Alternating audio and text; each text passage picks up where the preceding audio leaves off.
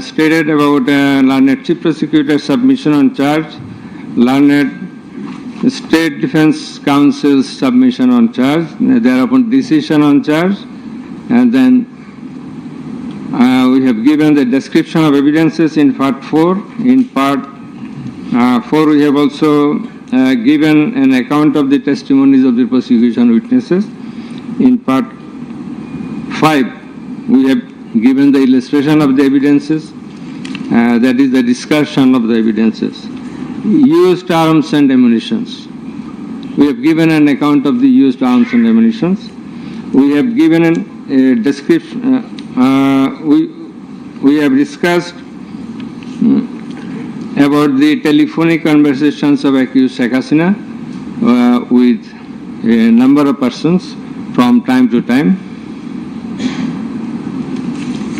We have discussed and extracted the reports of daily newspapers concerning the issues of this case, reports of United Nations Human Rights Commission. বিশ্বের number 1 hair oil আসল আমলা ডাবর আমলা, যা সাধারণ hair অয়েলের তুলনায় চুল করে 2 গুণ পর্যন্ত মজবুত, কালো, লম্বা ও ঘন। তাই সাধারণ হেয়ার অয়েল নয়, ব্যবহার করুন Dabur Amla hair oil. Reports of United Nations Human Rights Commission,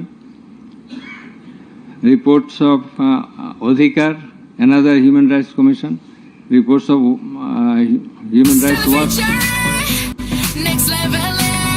and Globe Institute, and so on. We have discussed about the videos of the occurrences which have been displayed in the tribunal.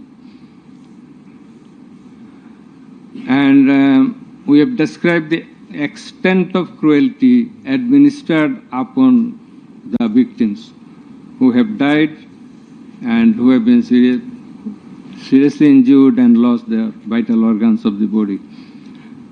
And we have talked about seized alamots.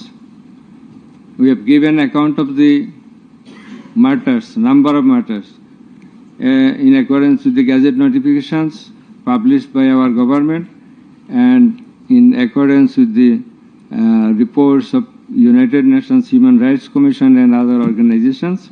In this context, I want to say that the exact report of martyrs or the victims or the sufferers or the injured persons or those whose whereabouts could not be traced, this is quite natural. You will understand that since our liberation war in 1971, still we could not finalize the list of martyrs, the list of freedom fighters, list of the war criminals and others. So there are lists, but it varies. So it's a timely matter. It may vary. Somewhere you will find the figure 800, somewhere 1,000, somewhere 1,400. So substantial amount of the protesters have been killed. This is the fact.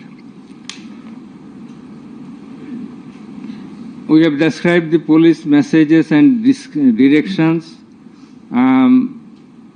passed from the high-ups to the downwards for doing the needful to control the protesters, curfew orders.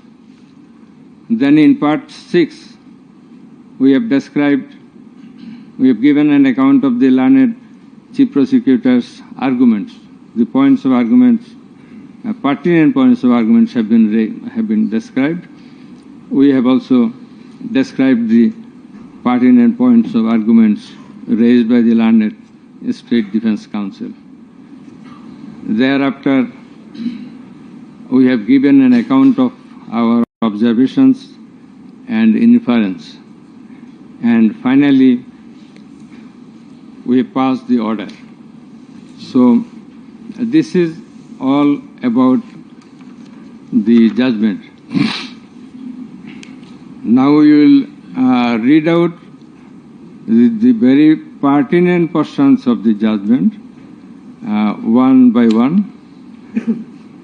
At first, our learned member 2. He will read out a portion of the judgment commencing from origin and object of the tribunal, jurisdiction of the tribunal, and he will read out Article 7 of Rome Statute, elements of crime against humanity, elements of superior command status, responsibility, and then the charges. Thereafter, learned member 1, he will read out some portions from the discussion of the evidences, the report of the United Nations Human Rights Commission, and then the extent of cruelty administered upon the victims, and thereafter the points of arguments submitted by the learned chief prosecutor and the learned state defense counsel. And finally, I will read out the conclusion and the order. So it will take about 40 minutes. We hope that you will be listening to the deliberations. Thank you very much. Now, the turn of our learned member 2, he is reading out, as I have mentioned. Origin and object of the tribunal. The International Crimes Tribunal has been established under the International Crimes Tribunal Act 1973 to provide for the detention, prosecution, and punishment of the persons for genocide, crimes against humanity, war crimes, and other crimes under international law committed within or beyond the territory of Bangladesh, whether before or after commencement of the Act. Jurisdiction of the Tribunal. The Tribunal has got the jurisdiction to try the offences enshrined in Section 3 and 4 of the International Crimes Tribunal Act 1973. Section 3 provides, a tribunal shall have the power to try and punish any individual or group or individuals, organization, or any member of any discipline force, auxiliary force, or intelligence agency who, irrespective of his nationality, commits or has committed within or beyond the territory of Bangladesh, whether before or after the commencement of this Act, any of the crimes mentioned in its subsection 2. According to subsection 2 of Section 3, the following acts or any of them is crime within the jurisdiction of a tribunal for which there shall be individual responsibility. The Constitution of Bangladesh has given upper hand in Article 47, Subclause 3 thereof to the application of the provisions of International Crimes Tribunals Act 1973 in the following manner. Notwithstanding anything contained in this Constitution, no law nor any provision thereof providing for detention, prosecution, or punishment of any persons who is a member of any armed or defense or auxiliary forces or any individual group of individuals or organization, or who is a prisoner of war for genocide, crimes against humanity, or war crimes and other crimes and crimes under international law shall be deemed void or unlawful, or ever to have become void or unlawful on the ground that such law or provisions of any such law is inconsistent with or repugnant to any of the provisions of the constitutions. Crime against humanity, namely murder, extermination, enslavement, deportation, imprisonment, abduction, confinement, torture, rape, sexual exploitation, enforced disappearance, human trafficking, sexual slavery, enforced prostitution, forced pregnancy, enforced sterilization or other inhuman acts when committed as part of a widespread or systematic attack direct against any civilian population with knowledge of the attack, or persecutions on political, racial, ethnic, or religious grounds, whether or not in violation of the domestic law of the country were perpetrated. Section 4 provides as follows: any individual or groups of individuals or any member of any disciplined force, auxiliary force, or intelligence agency who commits a crime within the jurisdiction of the tribunal shall be responsible and liable for a punishment. Any commander, superior officer, or leader who orders, permits, acquiesces, incites, or participates in the commission of any of the crimes specified in Section 3, or is connected with any plans or activities involving the commission of such crimes, or who fails or omits to discharge his duty to maintain a discipline or to control or supervise the actions of the persons under his command or his subordinates, whereby such persons or subordinates or any of them commit any such crimes, or who fails to take necessary measure to prevent the commission of such crimes.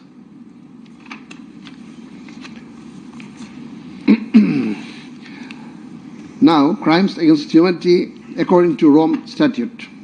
For the purpose of this statute, crime against humanity means any of the following acts when committed as part of a widespread or systematic attack directed against any civilian population with the knowledge of the attack. A. Murder. I am reading the relevant ones. Murder, torture, other inhuman acts of a similar character intentionally causing great suffering or serious injury to body or to mental or physical health. The core offense in the instant case is the crime against humanity. Thus, we have to see what elements are required to constitute this crime. In Section 4 of the Act, there must be an attack. B. The attack must be widespread or systematic. C. The attack must be targeted a civilian population. D. The attack must be within the knowledge of the superior, or the superior should have known of the attack in order to hold him or her liable for the crime. The superior must have been in the control over the concerned subordinates. Elements of superior command responsibility. From the jurisprudence and eminent from the international crimes tribunals, it is generally agreed that 4 elements must be proven for a person to be held responsible as superior. The elements are: 1. An international crimes must have been perpetrated by someone other than the accused. 2. There existed a superior-subordinate relationship between the accused and the perpetrator. 3. The accused as a superior knew or had reason to know that the subordinate was about to commit such crimes or had done so. 4. The accused as a superior failed to take the necessary and reasonable measure to prevent such crimes or punish the perpetrator. Section 4, subsection 2 of the International Crimes Tribunal Act provides that any commander or superior officer who orders, permits, acquiesces, or participates in the commission of any of the crimes specified in Section 3, or is connected with any plans and activities involving the commission of such crimes, or who fails or omits to discharge his duty to maintain discipline or to control or supervise the actions of the persons under his command or his subordinates, whereby such persons or subordinates or any of them commit any such crime, who fails to take necessary measures to prevent the commission of such crime is guilty of such crimes. Now, I am going to read the charges. On the point of the jurisdiction of this tribunal, raised by the Learned State Defense Council, it may be noted that there is no scope in law to raise such question, since question of jurisdiction of the tribunal is barred by Section 24 of the International Crimes Tribunal Act. Regarding the allegations against the accused, he merely made flat denials thereto without showing anything subsistence contrary to the acts complained of. On the other hand, on perusal of the formal charges and the documents submitted therewith, and also in consideration of the submission of the learned chief prosecutor and the Learned State Defense Council, it has been made to appear to us that there are sufficient grounds for framing charges against the accused under Section 3, subsection 2, read with Section 4 of the Act. On hearing both sides, 5 charges were framed against accused Sheikh Hasina individually, and separate 5 charges were framed against accused Asaduzzaman Khan Kamal and Chaudhry Abdullah Al Mamun jointly. But on scrutiny of the documents and examination of the witnesses of the tribunal, deems to condign to reshape the charges to reshape the charges for ends of justice, and accordingly the same charges framed earlier have been modified in the following manner. Charge number 1. Incitement in order to attack and kill protesting students of Dhaka University and other academic institutions of the country, and also failure to take preventive and punitive measures, and thus killing hundreds and severely injuring thousands of protesters during July Uprising 2024, commencing on 1st July 2024 and ending on 5th August 2024, accused Sheikh Hasina as the Prime Minister of Bangladesh and the President of the ruling party of Bangladesh, Awami League, as well as 14th Party Alliance, in a press conference on 14/7/24 at Ganabhavan, made the following derogatory remark. মুক্তিযোদ্ধার নাতিপুতিরা চাকরি পাবে না তো কি রাজাকারের নাতিপুতিরা চাকরি পাবে? If the grandchildren of freedom fighters should not get jobs, should the grandchildren of Rajakars get it? Pointing towards the protesters of anti-discrimination student movement while demanding rational reform of quota system in government job, whereby the left defamed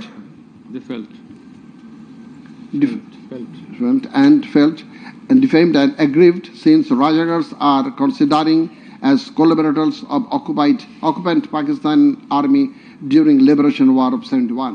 And thereafter, the term has been being used to stigmatize an individual or group of individuals as enemy of the state of the people. Moreover, in a telephonic conversation with ASM Maksud Kamal, the then Vice Chancellor of Dhaka University, Sheikh Hasina, mentioned that she ordered to hang the protesters as the Rajakars have been hanged before. Furthermore, being incited and inspired by the said remark, Cabinet Minister and Awami League Secretary Obaidul Qadir, separately charged, made another provocative, aggressive remark on 15th July of 2024 at 12 noon, saying, Andolon Domone Chhatroligi Jotheshto. Chhatroligi is enough to bring the movement under control. And as such, the students, female and male, came down to the streets chanting slogans against herself and her party of government. Meanwhile, her subordinates, including the cabinet members, police and other law enforcing agencies, activists of four-party Awami League and its affiliated and allied organization go to incited and inspired of the aforesaid remarks of you and Obaidul Qadir, and thus they launched widespread and systematic attack within your full knowledge upon the peaceful statement protesters in Dhaka University, causing 297 students injured and many others in different educational institutions throughout the country, including Rangpur Begum Rokeya University, where Abu Said was brutally shot dead by police, by your incitement and order to kill the protesting students who have been injured and killed as the foresight, and also by failure to take preventive and punitive measure against the perpetrators, accused Sheikh Hasina committed the crimes against humanity under Section 3, subsection 2, under Section 4, subsection 1, clause B, and Section 4, clause 3, subsection 3, read with Section 20A of the International Crimes Tribunal Act 1973. Charge number 2.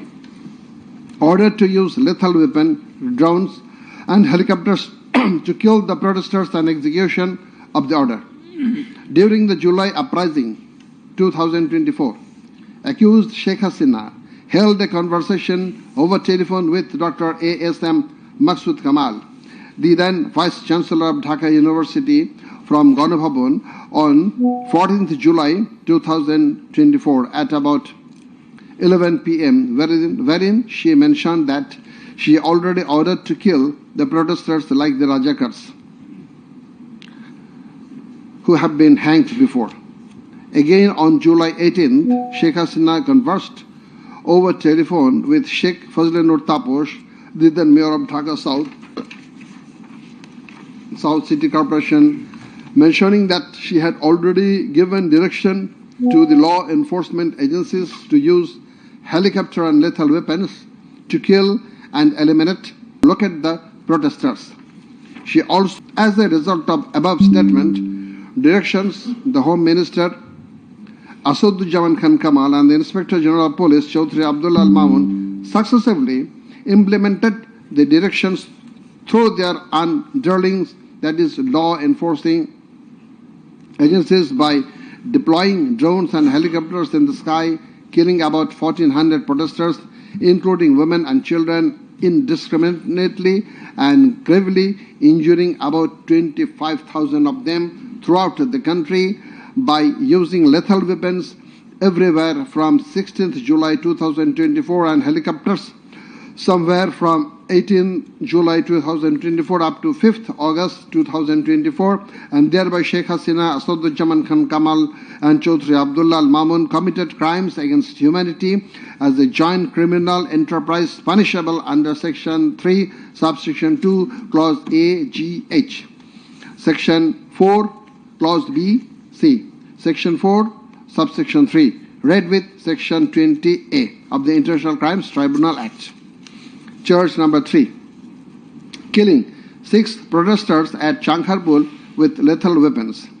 The protesters convened a program titled March to Dhaka to be held on 5th August and made a call to the people of all walks throughout the country to march to Dhaka on the scheduled day. People of all spheres began to assemble in Dhaka from every part of the country on August 5th. By incitement, order and inaction of Sheikh Hasina, by abetment and inaction of Home Minister Asaduzzaman Khan Kamal and Inspector General of Police Chaudhry Abdullah Al Mamun, the successive underlings got incited and inspired to kill the protesting students and common people, and thereupon under order, supervision and inaction of accused Asaduzzaman Khan Kamal, Chaudhry Abdullah Al Mamun and the then Dhaka Metropolitan Commissioner DMP Habibur Rahman, Joint Commissioner Police Shudip Kumar Chakraborty, Additional Deputy Commissioner Shah Al Alam Muhammad Akhtarul Islam, Assistant Commissioner Muhammad Imrul and Inspector Muhammad Arshad Hussain, who have been separately prosecuted, successively ordered to commit atrocities to the protesters assembled at Chankharpur of Dhaka and supervised the same, and during such atrocities 6 unarmed protesters, namely Shahriyan Khan Anas, Sheikh Mahdi Hassan Junaid alias Mustaqin, Muhammad Yaqub, Muhammad Rakib Hawladar, Muhammad Ismamul Haq and Manik Mia alias Shahrik were shot dead by Constable Shujan Hussain, Constable Imaj Hussain and Constable Nasirul Islam, who have been separately prosecuted at Chankharpur as part of widespread and systematic attack. The aforesaid killings took place pursuant to the order of Prime Minister Sheikh Hasina within her full knowledge and under successive order, supervision and within the knowledge of Home Minister Asaduzzaman Khan Kamal and Inspector General of Police Chaudhry Abdullah Al Mamun, and by such killings they committed crimes against humanity as joint criminal enterprise by order, abatement and inaction to prevent and punish the perpetrators under Section 3, subsection 2, read with of Tribunal Act 1973. So these are now the turn of learned member 1.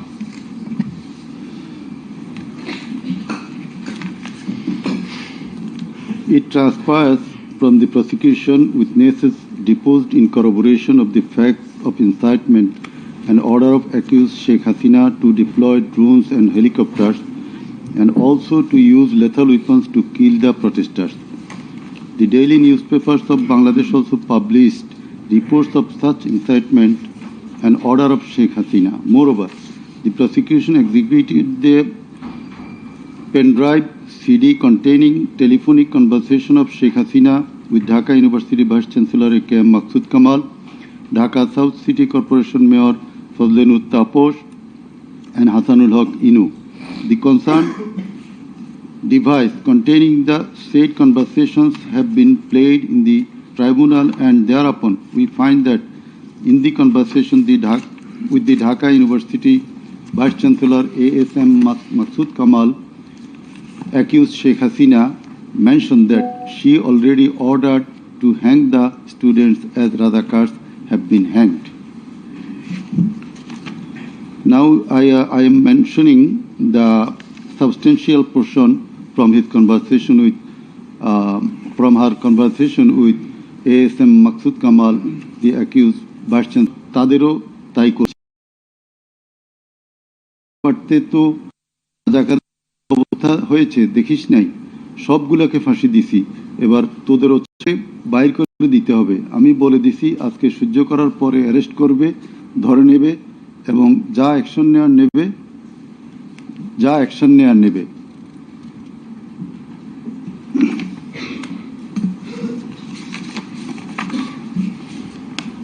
Then it also appears from the conversation with Dhaka South City Corporation Mayor Fazlenur Taposh, accused Sheikh Hasina told him that she ordered to kill the protesting students by using helicopters and lethal weapons.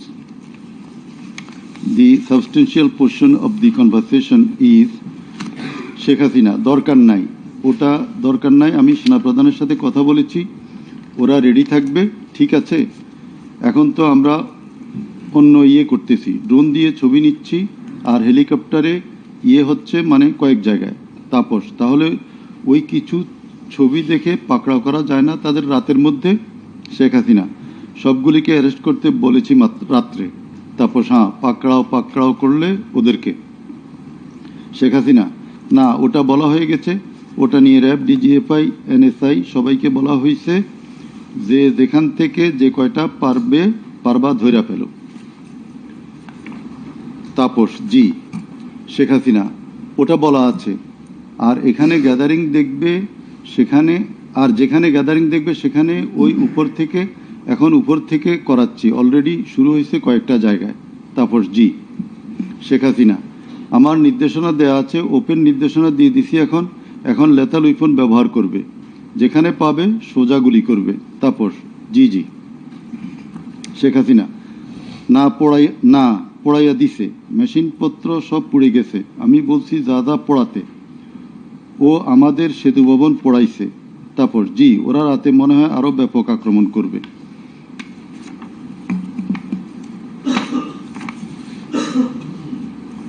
In the conversation with the Hasanul Haq Inu, accused Sheikh Hasina mentioned of bombing upon the protesters from the helicopter. The substantial portion, relevant portion from the conversation. Sheikh Hasina, না, আমি বলছি ক্যাজুয়ালিটির দরকার নাই, ওরা barricade নিয়ে আছে তো ঠিক আছে, আকাশ থেকে নামবে, তখন দুই পাশ দিয়ে ধরবে, মেসেজটা দিয়ে দিতে পারেন যে সেনা পাঠানো হচ্ছে আর হেলিকপ্টার দিয়ে সোজা বম্বিং করা হবে, র্যাবের হেলিকপ্টার দিয়ে উপর দিয়ে মারবে। হাসানুল হক ইনু, আপনি এই জামাত শিবিরের মেরুদণ্ডতা আবার ভেঙে দেন ঢাকা শহরে। শেখ হাসিনা এক্কেবারে। শেখ হাসিনা, হ্যালো। হাসানুল হক ইনু, হ্যালো, জি আসসালামু আলাইকুম। আমি ইনু বলছিলাম, হ্যালো। শেখ হাসিনা, হ্যাঁ বলেন। আচ্ছা, আমি এটা স্ক্রলে দিয়ে দিতে বলছি যে তোমরা ছাত্ররা সব ঘরে ফেরো, গার্ডিয়ানদেরকে বলছি এইখানে কিন্তু জঙ্গি হামলা হয়েছে। হাসানুল হক ইনু, হ্যাঁ এটা রাইট রাইট। শেখ হাসিনা, না এটা আমাকে বেশ কিছু আন্তর্জাতিক পাইছি, তারা এটাকে জঙ্গি হামলা হিসাবে কনসিডার বলতেছে। হাসানুল হক ইনু, হ্যাঁ জঙ্গি হামলাই হয়েছে, এই কার্ডটা খেলবো আমরা এখন।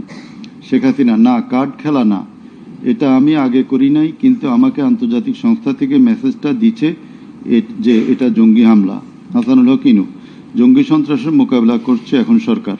শেখ হাসিনা, তারা আমাকে এটাই বলছে যে এটা জঙ্গি হামলা, দিয়ে দিব পেপারে।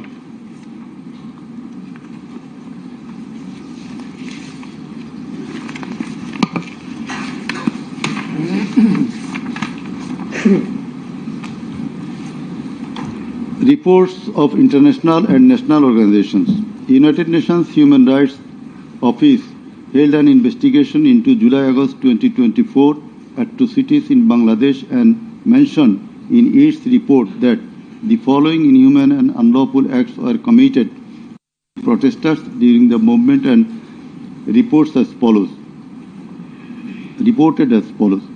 Based on direct testimony from senior officials involved and other inside sources, OHCHR was able to establish that the integrated and systematic effort using the entire range of police, paramilitary, military and intelligence actors, as well as violent elements linked to the Awami League to commit serious violations and abuses occurred with the full knowledge, coordination and direction of the political leadership.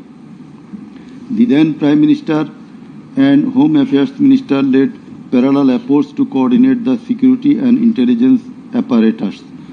Both received regular reports on the situation on the ground from multiple sources. According to senior official testimony, reports provided to the Prime Minister by senior officials on 21 July and in early August specifically conveyed concern about excessive use of force. Both political leaders and the leadership of Bangladesh Police and the Army also carried out site visits that would have provided them direct personal knowledge of violations that had taken place or were ongoing. Furthermore, the political leadership issued direct orders and other directives authorizing and guiding operations by BGB, RAB, DGRI, the Bangladesh Police and its detective branch that involved serious violations of human rights against protesters and other civilians, including extrajudicial killings and arbitrary detention. Based on reported deaths complied by governmental and non-governmental sources in combination with other available evidence, OHCHR assesses that as many as 1,400 people could have been killed during the protests. The vast majority of whom were killed by military rifles and shotguns loaded with lethal metal pellets commonly used by Bangladesh's security forces. Thousands more suffered severe, often life-altering injuries. More than 11,700 people were arrested and detained, according to the information from the police and RAB provided to OHCHR. Government attempted to intimidate and delegitimate the student protest movement, mobilize of Chhatra League, police and paramilitary forces, materialize of policing in Bangladesh, incited violence by armed Awami League and activists on and around university premises, conducted coordinated attacks by armed Awami League supporters and the police. Use of force violations by police, RAB and BGB, including extrajudicial killing, like killing Abu Said of Begum Ruqayya University, Rangpur, 16 July. Made systematic, indiscriminate use of shotguns loaded with lethal ammunition, suppressed peaceful assembly at Dhaka University on 17 July. Police, RAB and BGB extrajudicially killed protesters in Uttara on 18 July. Disproportionate and indiscriminate use of firearms in response to violent unrest, indiscriminately shooting in Rampura and Badda by BGB and police on July 19. Violently cleared the Dhaka-Chattogram highway in Jatrabari on between 16 to 21 July. Extrajudicial killings to suppress the march to Dhaka on August 5 involved the army, who shot at protesters at Jamuna Future Park on 5th August 2024, used helicopter to intimidate and deploy possibly unlawful force, obstructed of medical care and denied necessary medical documentation, obstructed medical treatment of victim Sheikh Asabul Yamin, shot by police, caused mass arbitrary arrests, detention without due process and torture and ill treatment, caused block raids and mass arrests, including injured persons. Students and opposition leaders attacked journalists, children and women and caused unjustified shutdown of internet. In the said report, Mr. Volker Turk, the High Commissioner of Human Rights Office of United Nations, that the atrocities committed in July Revolution 2024 in Bangladesh was preconcerted and systematic in order to remaining in power. There are cogent grounds to believe that hundreds of extrajudicial killings, arrests, detention and torture were carried out by the political leaders and the highest law enforcing authorities within their knowledge and under their direction and supervision as strategy to suppress the movement, whereby human rights have been seriously violated and thus international crimes have been committed. He also observed that the evidences collected do depict a picture of widespread state atrocities and targeted killings. He further remarked that such atrocities ought to be brought under accountability. There are many other similar reports by the Global Institute International Truth and Justice Project, Bloodshed in Bangladesh, World Report 2025 of Human Rights Watch. Then we are going to videos of the occurrences. It appears from the Caesar list contained in Volume 4, captions, Caesar list and documentary evidence, that a good number of videos of the alleged occurrences have been seized by the investigating officer, which are described below.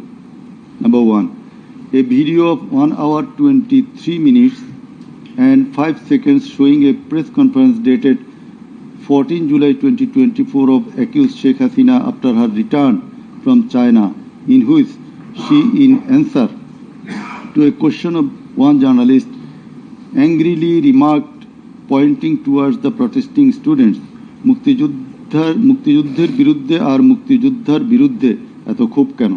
মুক্তিযোদ্ধাদের নাতিপুতিরা চাকরি পাবে না তো কি রাজাকারের নাতিপুতিরা পাবে? Number 2, a video of 35 seconds dated 15 July 2024 showing protest of the agitated students of Dhaka University at midnight against the remark of Sheikh Hasina made in the press conference dated 14 July 2024 pointing towards the protesting students. Number 3, a video showing the remark Rajakarder jawab debe Chhatrolig Number 4, a video of 1 minute 5 seconds which shows attack upon the students of Kota movement by Bangladesh Chhatra League leaders and activists on 15 July 2024 at night. A video which shows that Prime Minister Sheikh Hasina, while visiting damaged metro rail station on 26 July 2024, defended her previous comment in the press conference dated 14 July 2024. Number 6. A video showing Prime Minister Sheikh Hasina in course of her deliberation in a function of Jubo Mohila League held in July 2024 commented that the Kota movement was illogical and also commented Jamaat Shibir Manusher Jatna. Number 7. A video showing some adverse remark of Sheikh Hasina against the female students of Ruqayya Hall of Dhaka University meeting at her office on 15 July 2024. A video showing how Sheikh Hasina asked Delhi to attack Dhaka.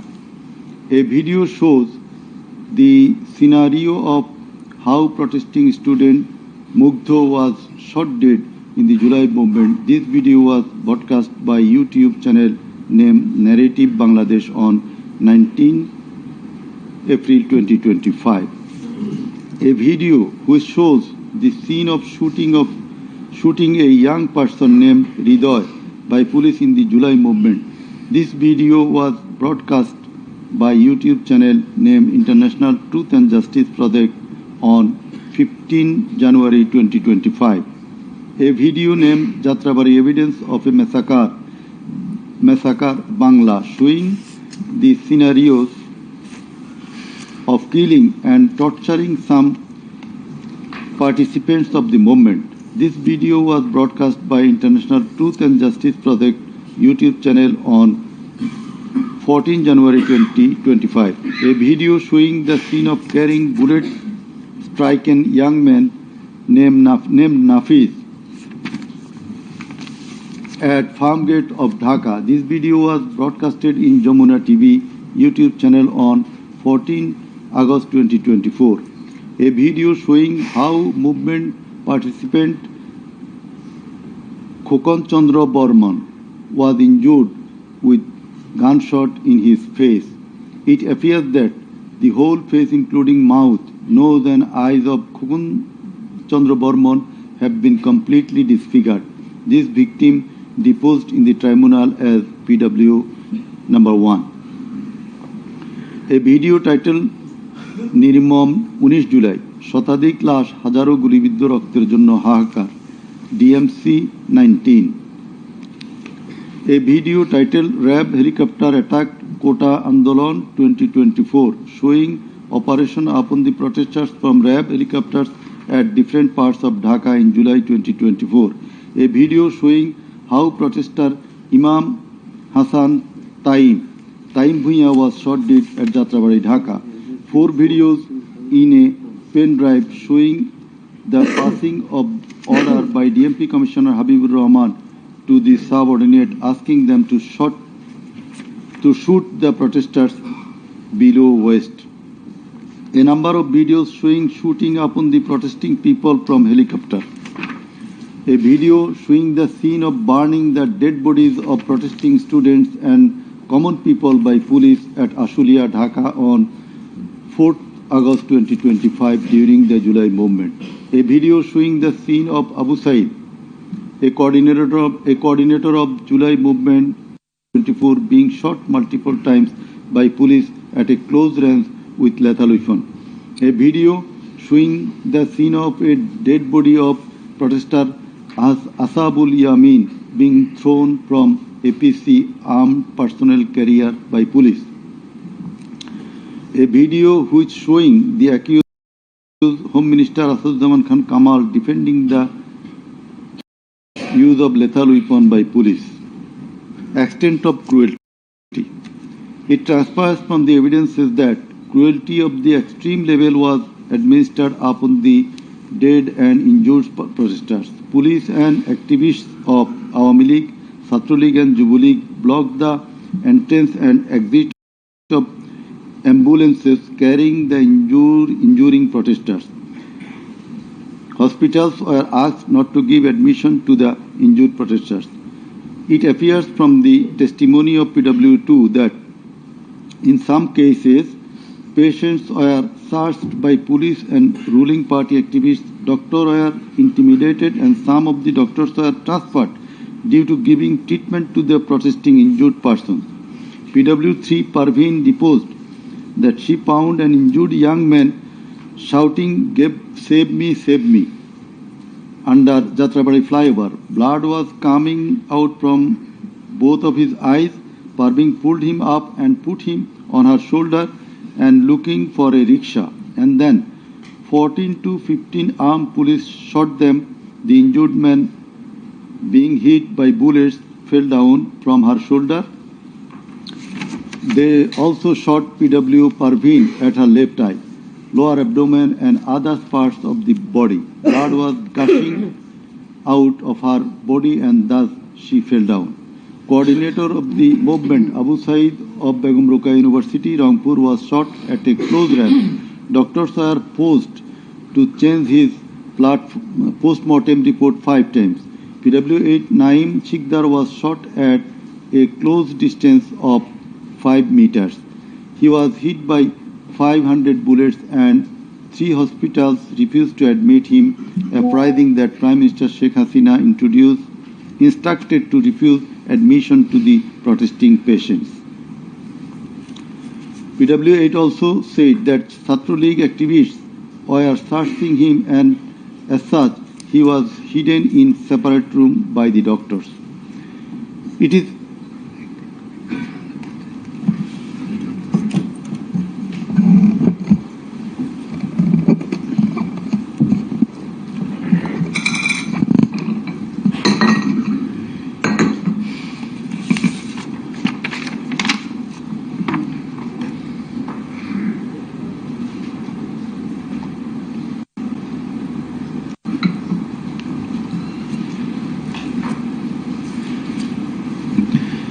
It is revealed from the evidence of PW9 Shahina Begum that police burned the dead body of her son along with some other dead bodies in Ashulia of Dhaka.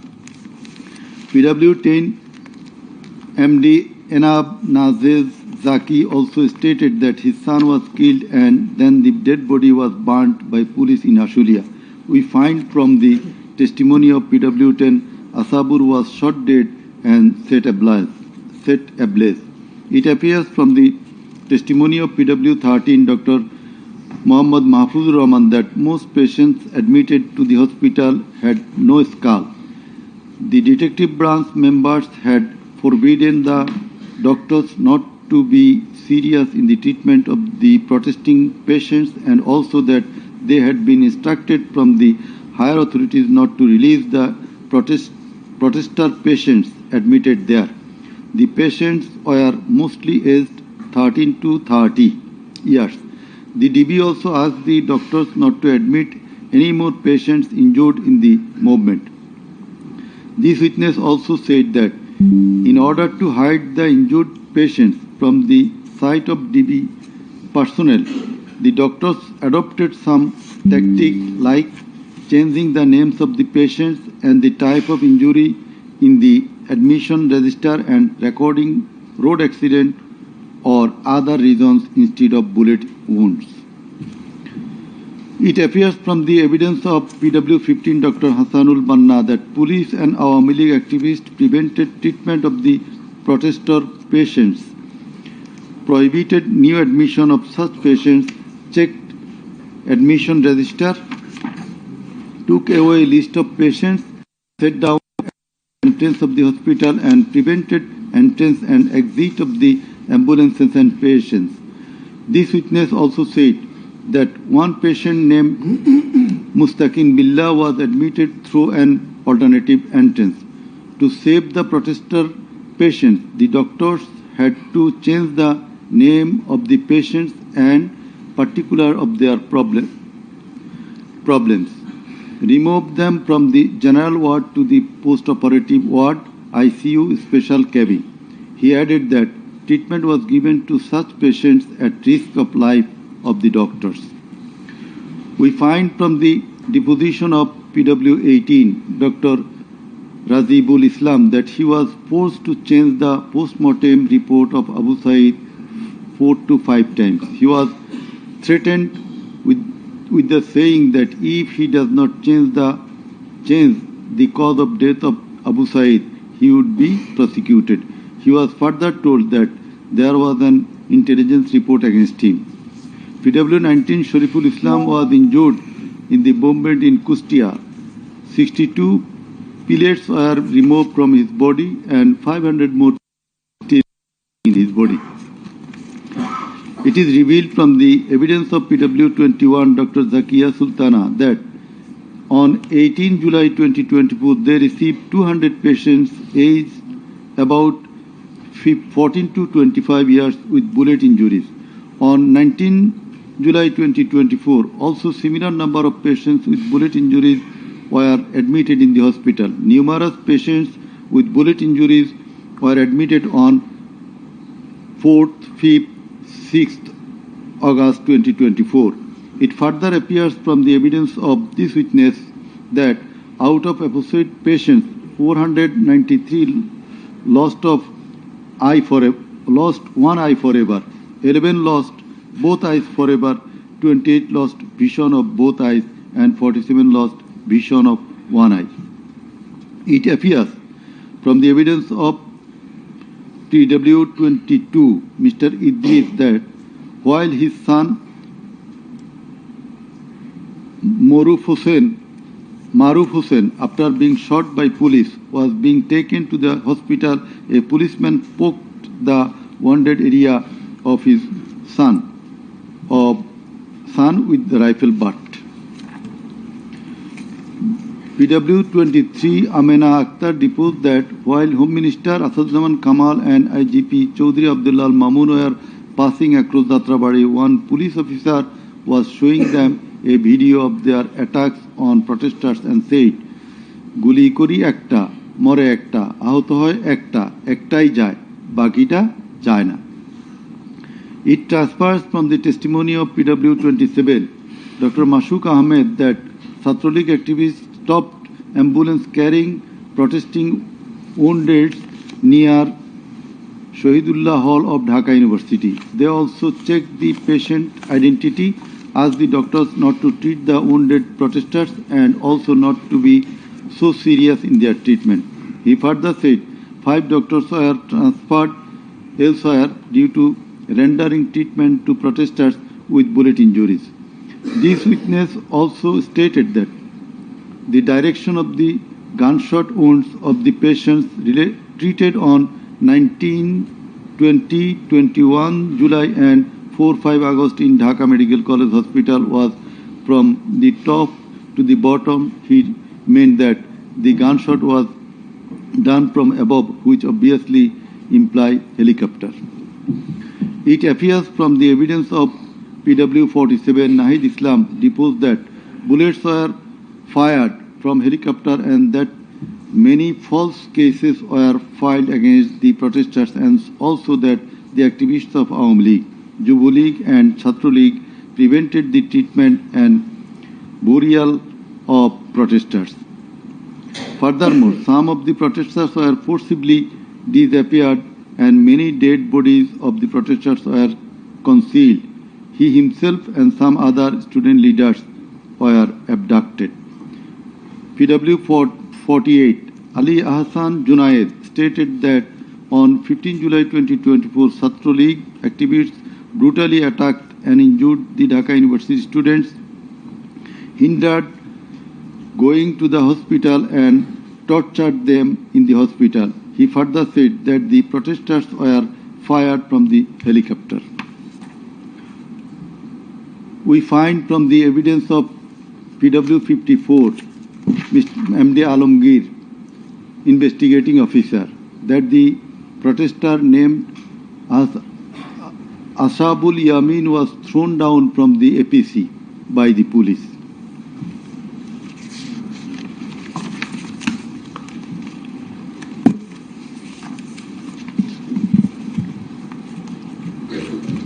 Summing up by the learned Chief Prosecutor. The learned Chief Prosecutor advanced argument on conclusion of the testimonies of the prosecution witnesses. He submitted that the instant case is an unprecedented and unexceptional one in the history of this subcontinent. After achieving independence in 1971, the people of the country had a great expectation and belief that all sorts of suffering, poverty, tyranny, and high-handedness of the government and the mighty quarters would come to an end, and people would enjoy liberty, happiness, and all fundamental rights. But all these have been doomed to ashes. The learned prosecutor dubbed the ruling party Awami League as fascist ab initio. From the very inception of independent Bangladesh, the Awami League government concentrated to perpetuate its power by way of exploitation, torture, killing, abduction, denial of democracy and fundamental rights of the people, freedom of press and speech, as well as social justice, and thereupon established dictatorship by forming Bakshal. The then Awami League government, led by Sheikh Mujibur Rahman, planned in connivance with a neighboring country to weaken and abolish our glorious army, and thus formed Rakhi Bahini, an armed organized parallel to the army. In the like way, after coming to the power in 2008, accused Sheikh Hasina's government committed the same acts like torture, abduction, killing, false prosecution, imprisoning, confinement, enforced disappearances, so dominated judiciary, restricted the freedom of press and freedom of speech. Sheikh Hasina oppressed the critics, writers, journalists, members of civil societies, lawyers and judges, and ousted many of them from the country. The then Chief Justice Sheikh S.K. Sinha, eminent writer and journalist, as well as historian Mahmudur Rahman, politician and journalist Pinaki Bhattacharya, Shafiq Rahman, Ilyas Hussain, Kanak Sarwar, Mushfiqul Fadl Ansari, Waliullah Numan, Shahed Alam, Jawad Nirjor, Tasneem Khalil, Julkarnain Shaer, Barrister Abdul Razzaq were driven out of the country for speaking the truth and criticizing the government's misrule, oppression and loopholes. In 2008, with Sheikh Hasina's conspiracy as that of her father, 57 senior army officers, while an deputation in Bangladesh Border Guard, that is BGB, were killed in an official congregation of Pilkhana BGB headquarters by the Awami League leaders and loyal army officers. Thereafter, no action was taken against those killers.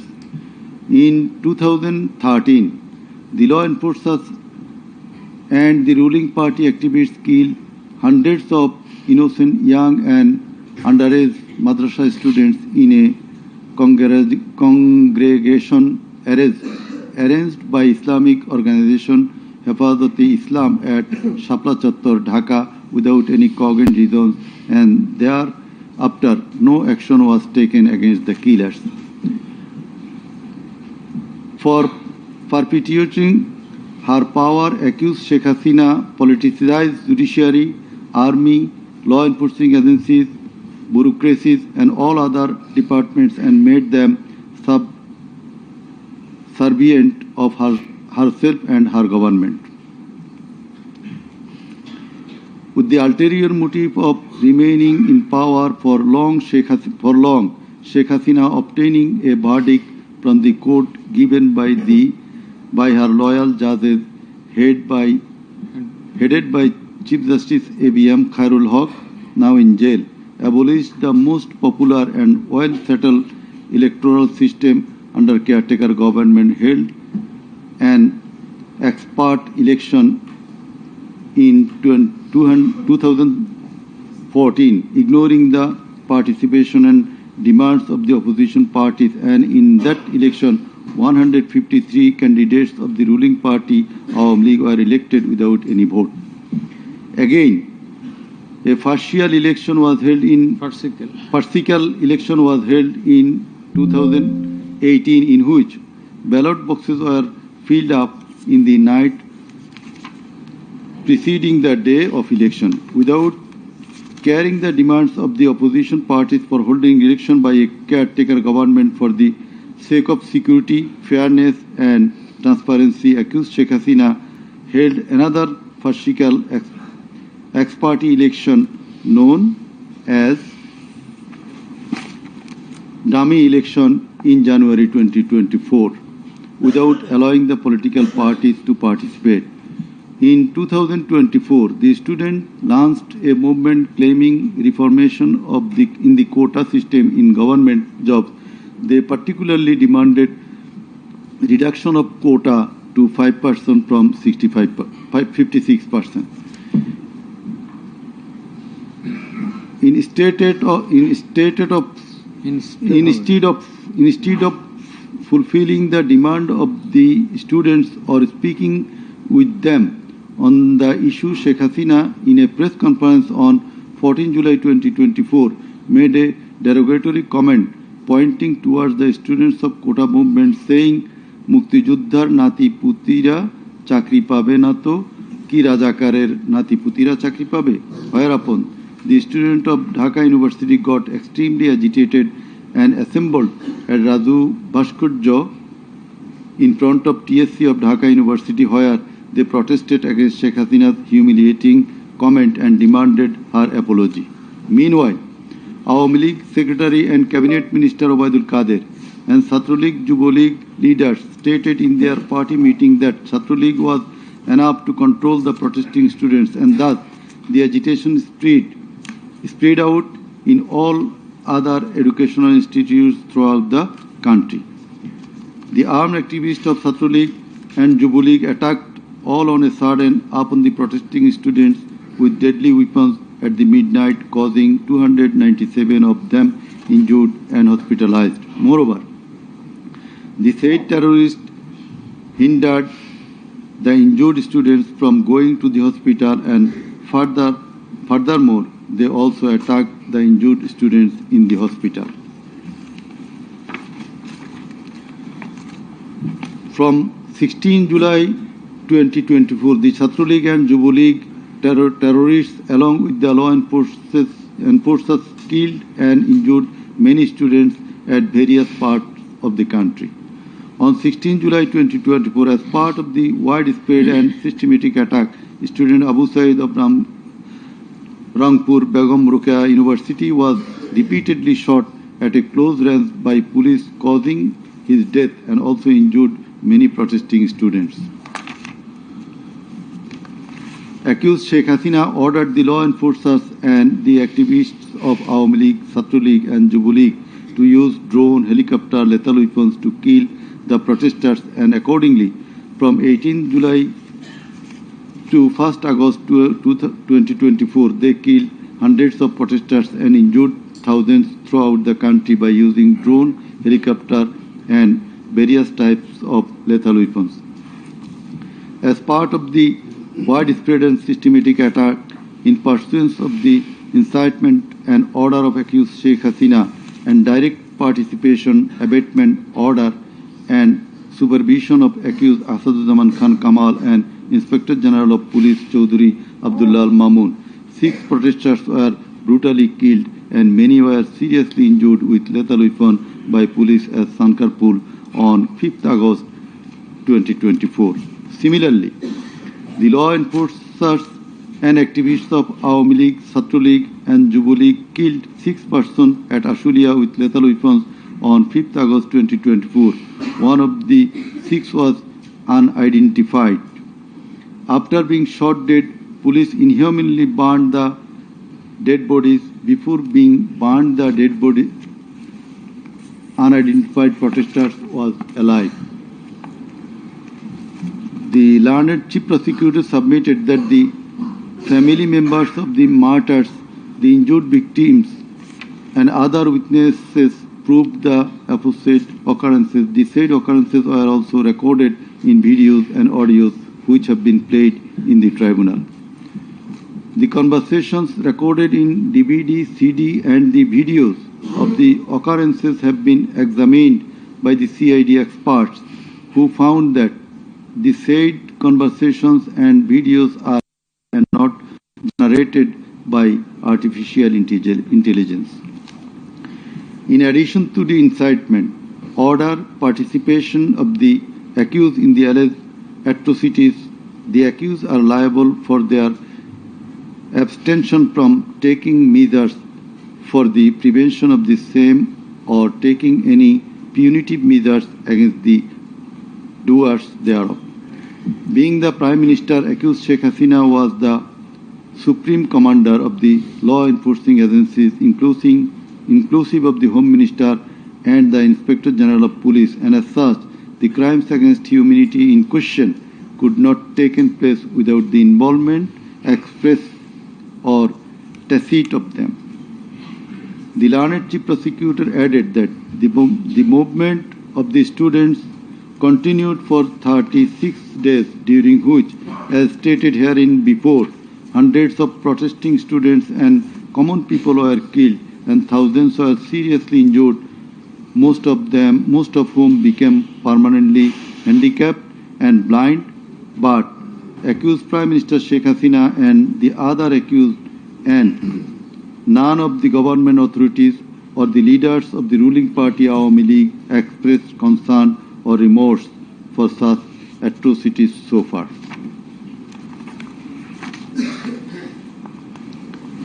Accused Sheikh Hasina, instead of expressing remorse or seeking apology for the said crimes, continued to commit further crimes by threatening the present government, the International Crimes Tribunal personnel, and the prosecutors, and also the political party leaders in her hate speeches in audio conversations from time to time.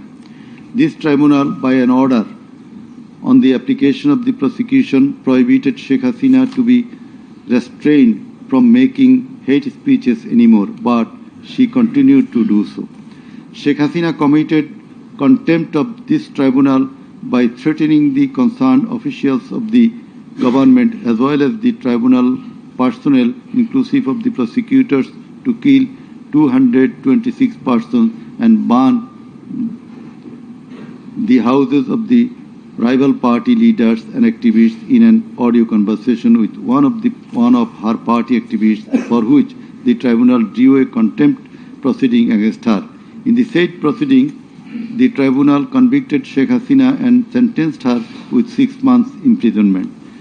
The accused committed crimes against humanity jointly by their incitement, order, abatement, participation, and inaction, which come within the purview of joint criminal enterprise and superior command responsibility.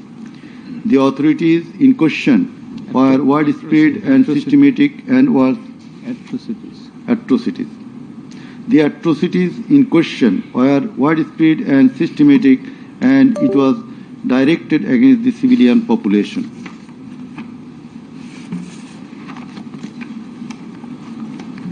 The learned chief prosecutor concluded his submission with the saying that in the circumstances it has been proved and established beyond reasonable doubt that the accused committed the crimes against humanity by their incitement, order, participation, abatement, and also inaction, whereupon they deserve the maximum punishment as prescribed by Section 3, subsection 2, A, G, H, and Section 4, subsection 1, subsection 2A, 4.2b, 4.2c, and 4.3 of the International Crimes Tribunal Act 1973. He added that the evidences against the accused are so strong and adequate that if they are tried in any other court or tribunal in the world, they would be awarded the maximum punishment. It may be noted here that the learned prosecutor, Mr. Sheikh Mahdi, assisted the chief prosecutor by referring a number of decisions of different international tribunals. In the summing up session, the learned Attorney General of Bangladesh appeared and shared the concluding submission. In his submission, the learned Attorney General referred to the conviction and sentence of many of the heads of government and states in the world for their commission of crimes against humanity, and thereupon he asked for awarding maximum punishment to the accused of the instant case so that no other Prime Minister or the head of state recur such atrocities in the days to come. Summing up by the learned State Defense, Mr. Amir Hussain, the learned State Defense Counsel argued that accused Sheikh Hasina and Asaduzzaman Kamal are quite innocent. Incite or order or participate or abet the commission of the crimes against humanity in the trial itself against the accused under the International Crimes Tribunal Act 1973 is unlawful since the act was passed for the trial of the persons who committed genocide in 1971. Allegedly, the atrocities spread throughout the country, but the prosecution failed to examine witnesses of all the districts where atrocities took place. The learned defense counsel submitted that no helicopter was used to kill the protesting students and public in the July-August movement 2024.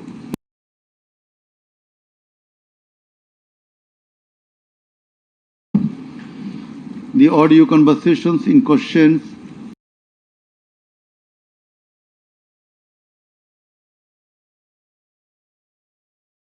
the prosecution's claim as to the number of the deaths and injured.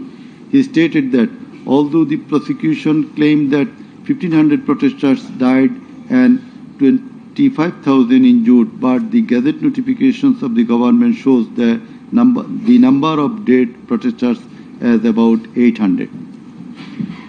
He emphatically asserted that accused Sheikh Hasina did neither incite nor order nor take part in the alleged atrocities or crimes against humanity. Mr. Amir Hussain vehemently opposed the words of the learned chief prosecutor terming Sheikh Hasina and Asaduzzaman Kamal as fascist. He also opposed the assertion of the learned chief prosecutor that Sheikh Hasina fled to Delhi due to the commission of the crimes against humanity by the wave of the mass movement.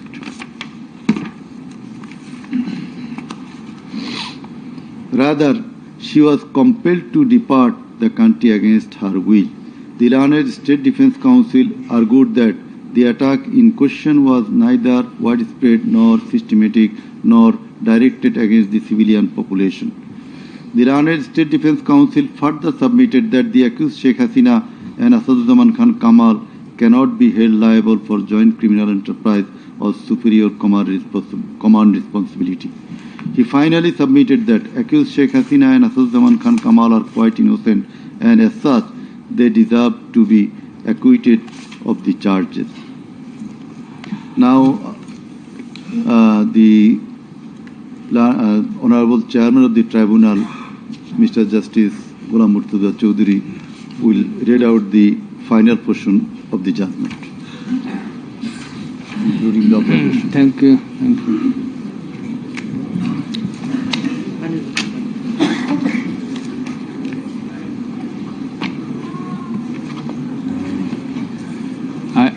I will start with some matters of judicial notice. And before that, I am sorry that I did not mention the name of learned prosecutor Abdus Subhan, Mr. Abdus Subhan Tarabdar. Sometimes he was found here. I think he remains busy in this tribunal too.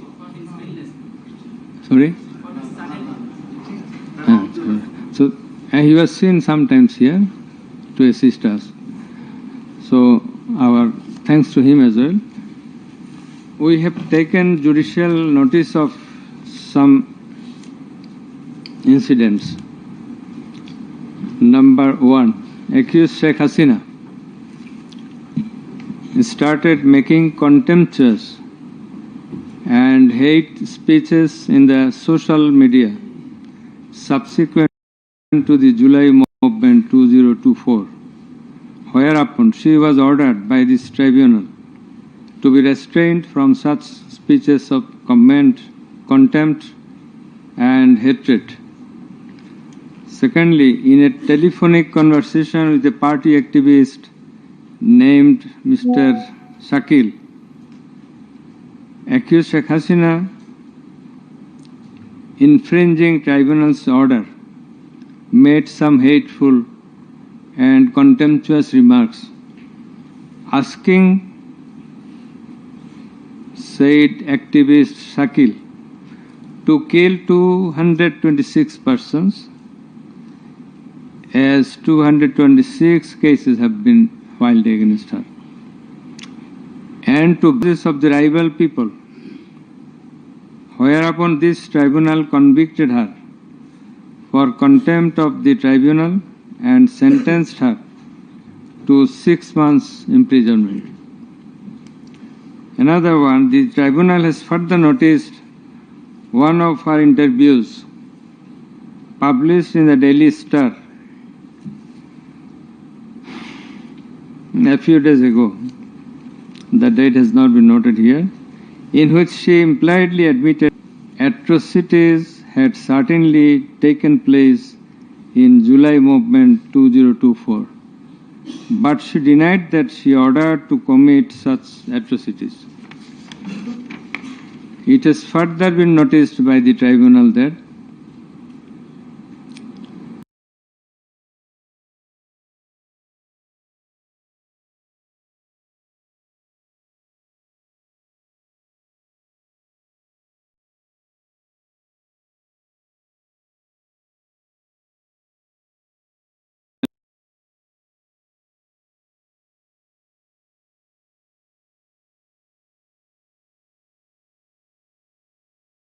in the words,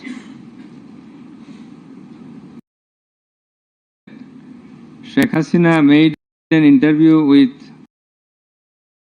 Daily Anandabazar of India on 7 November 25, wherein she admitted her superior command responsibility. So you may find the newspapers. Now I will start with our observations and inference. From the foregoing findings, facts and circumstances, it transpires that the students of Dhaka University and other academic institutions had launched a movement on 1 July 2024 demanding reformation in the quota system in the government jobs and continued the same till 5 August 2024. The government did not pay heed to the demands of the students.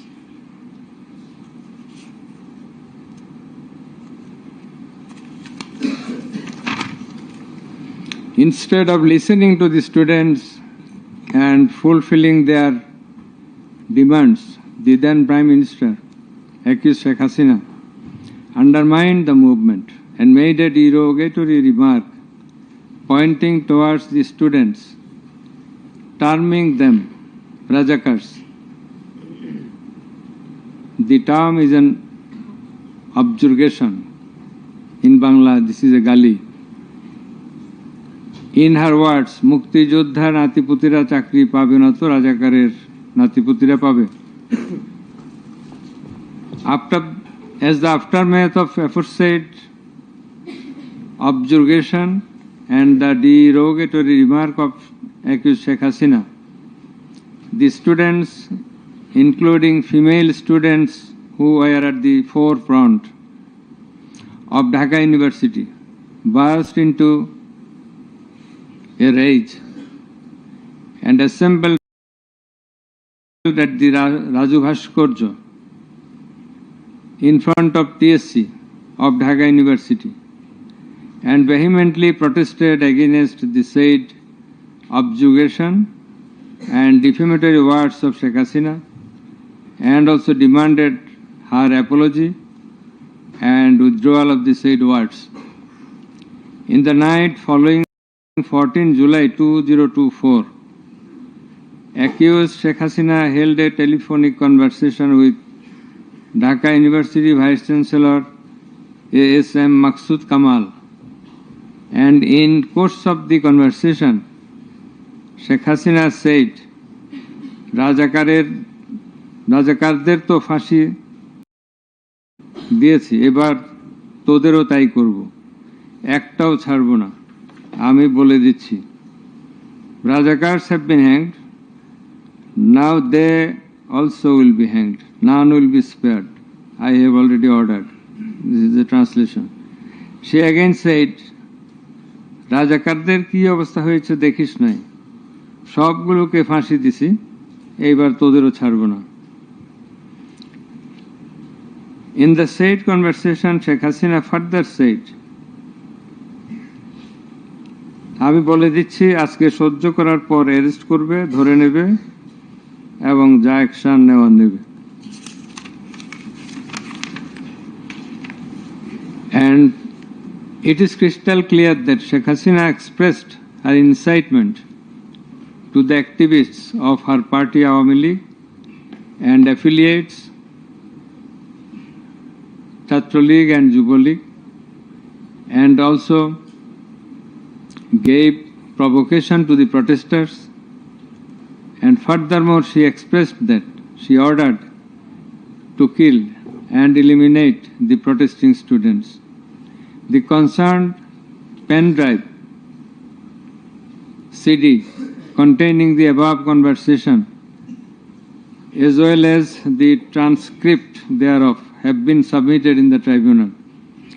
In addition to the above, on 15/7/2024, Awami League Secretary and Cabinet Minister Ubaidul Qadir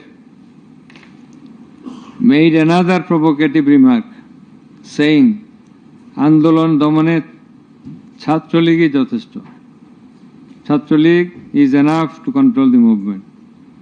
Whereupon the protesting students of Dhaka University burst into anger and vehemently protested against Sheikh Hasina, Ubaidul Qadir and the government. The activists of Chhatra League, Yuva League attacked the protesting students with various deadly weapons and severely injured hundreds of them, whereupon they had to be hospitalized. The attackers impeded the injured students proceeding to the hospital and also impeded their treatment. Moreover, the attackers made further attacks upon the students undergoing treatment in the hospital.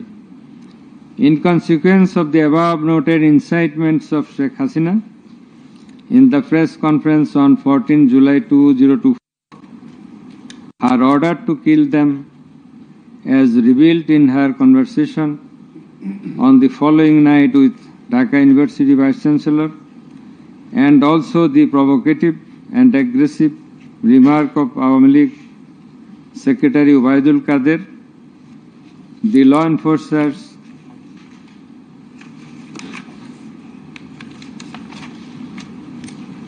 and activists of Chhatra League and Yuva League attacked the protesting students at Dhaka University throughout the country, inclusive of Rangpur Begum Rokeya University. And in furtherance thereof, police shot Begum Rokeya University student Abu Said repeatedly at a close range, whereupon he succumbed to the gunshots.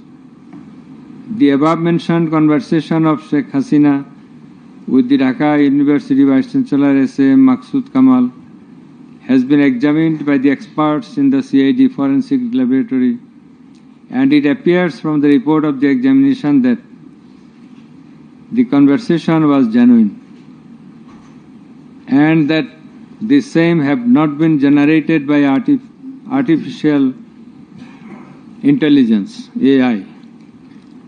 The concerned experts deposed in corroboration of the genuineness of the impugned conversation. Furthermore, we find support of such conversation in the reports of daily newspapers.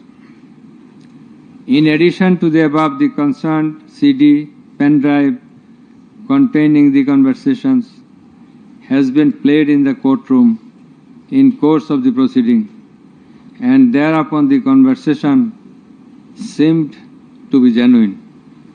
The remarks of Sheikh Hasina in the press conference on 14/7/24 has been watched by many people in the television channel and social media. Almost all the witnesses, while deposing in the tribunal, mentioned that they watched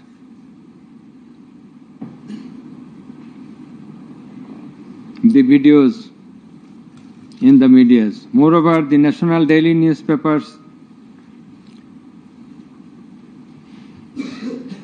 published the said remarks on 15/7/24.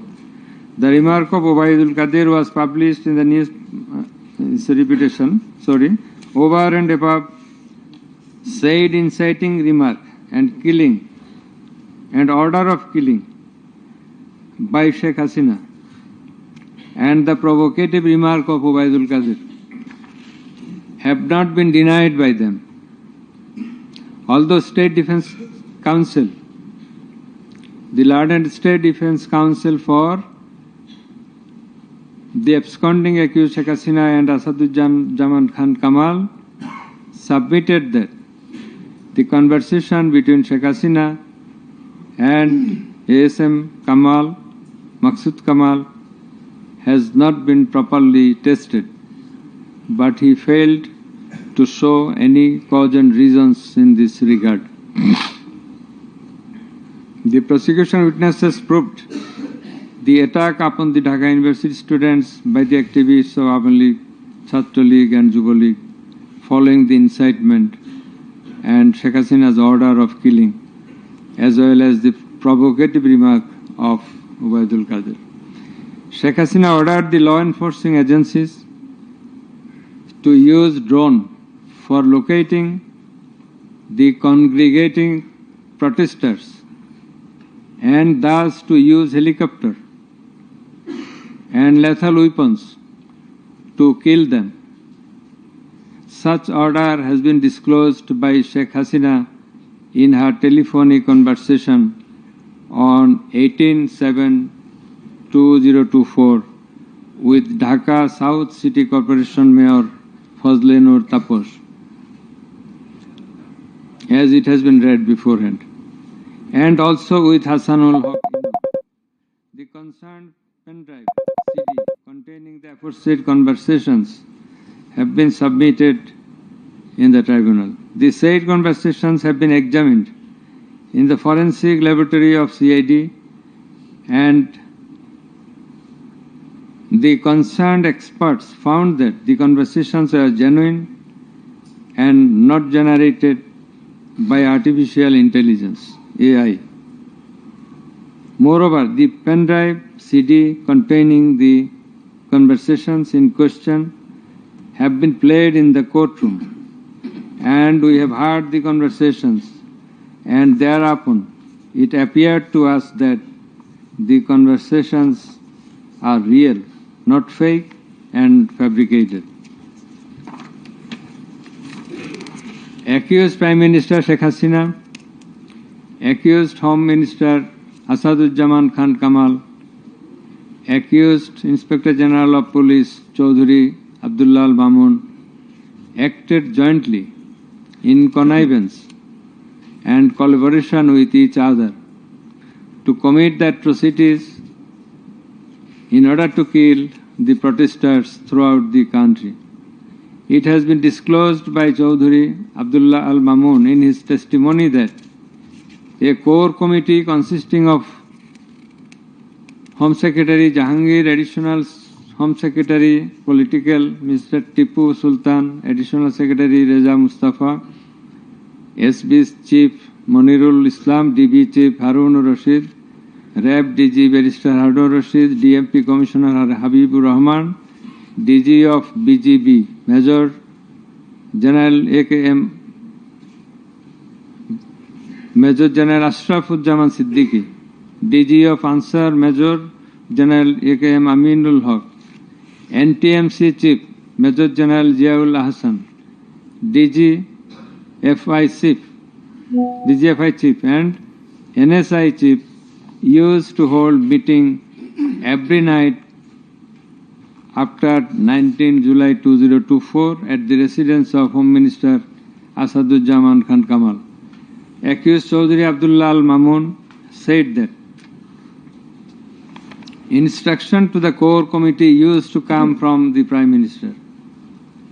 He also said that at one stage of the movement, it was decided to use drone to locate the gathering of the protesters and to use helicopter and lethal weapons to control the movement. In a meeting of the core committee, Sheikh Hasina passed a direction to use lethal weapon.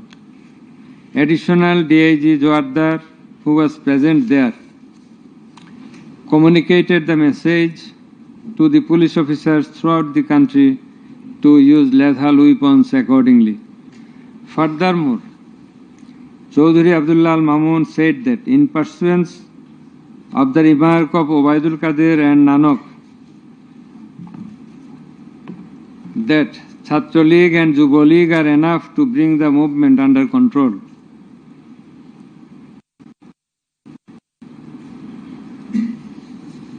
he further said that following such remarks, activists of Chhatra League and Yuva League attacked the students of Dhaka University. He also said that a lot of protesting students and public were killed by using drone, helicopter and lethal weapons throughout the country.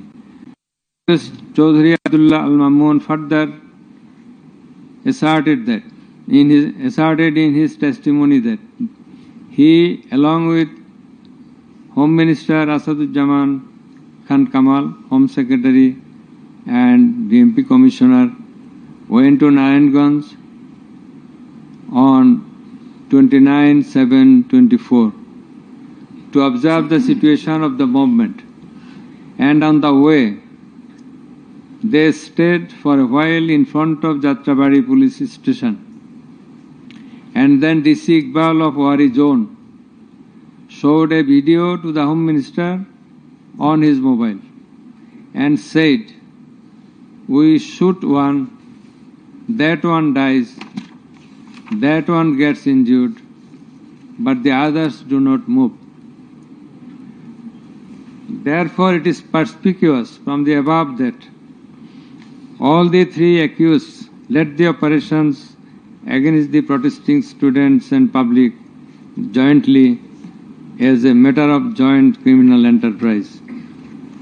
As the aftermath of Sheikh Hasina's order, as well as the supervision and guidance of accused Home Minister Asaduzzaman Khan Kamal and IGP Chaudhuri Abdullah Al Mamun, the law enforcers and activists of Awami League, Chhatra League and Yuva League invaded the protesting students and public throughout the country by using drone, helicopter and lethal weapons, causing death to about 1,500, inclusive of 6 protesters at Sankarpur of Dhaka, namely Shahryar Khan Anas, Mahdi Hassan Junaid, MD Yaqub, MD Rakib Hawladar, Muhammad Ismamul Haq, Manik Mia alias Shaharik, and another 6 protesters at Ashuria of Sabar, namely Sajjad Hossain Shojol, Ashabur, Tanzil Mahmud Sujoy, Bayezid Bustami, Abul Hussain, and another unidentified protester near Dhaka, and caused grievous injuries to about 25,000 of them. In Ashulia, the aforesaid 5 dead bodies and another body of an unidentified injured protester were burned with petrol by police. The law enforcers and the activists of Awami League and those of its affiliated organizations named Chhatra League and Yuva League killed and injured the protesting students and members of the public with lethal weapons like SMG, LMG, China rifle, shotgun, 9mm pistol, 7.62 pistol, both on the ground as well as from the helicopters from above the ground. The atrocities were committed by incitement, order, abatement, and failure to take preventive and punitive measures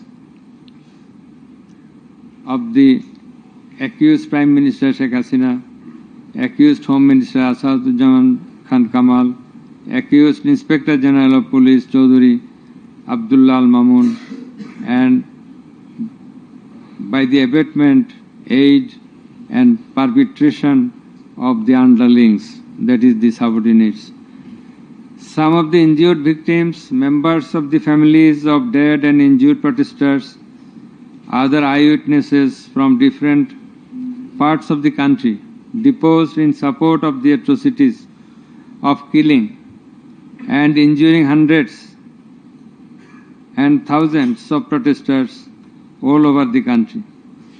Under the foregoing facts and circumstances, it has ostensibly been substantiated that the atrocities of killing and gravely injuring the protesting students and public took place almost all over the country. In view of the testimony of the investigating officer, the atrocities during the movement, July movement 2024, the atrocities occurred in 50 districts and lethal weapons were used in 41 districts of Bangladesh. We also find that victim witnesses from many districts testified in the tribunal stating that killing and injuring the students and common people took place in their respective districts during July movement 2024. Thus, it is clear enough that attack in question was directed against civilian population, and it was widespread and systematic. Therefore, in the atrocities of killing and gravely injuring the protesters, as aforesaid, accused Prime Minister Sheikh Hasina committed crimes against humanity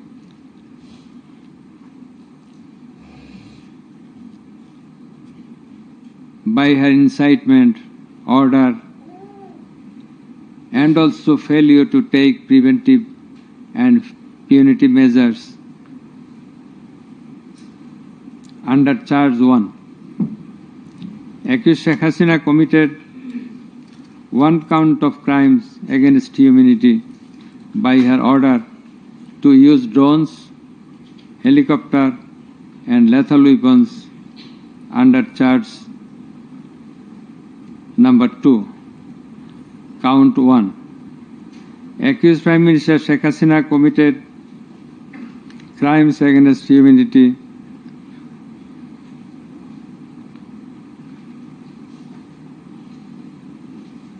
on 1 count under Charge 1.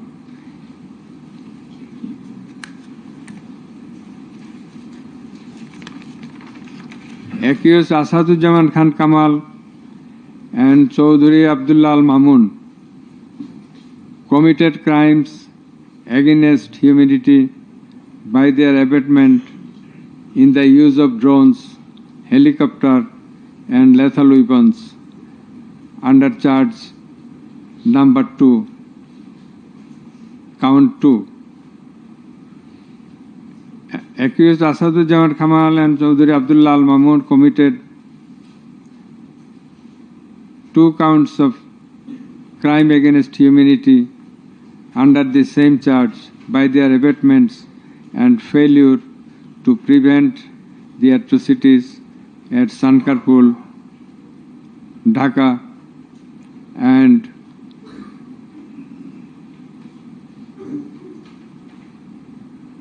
also committed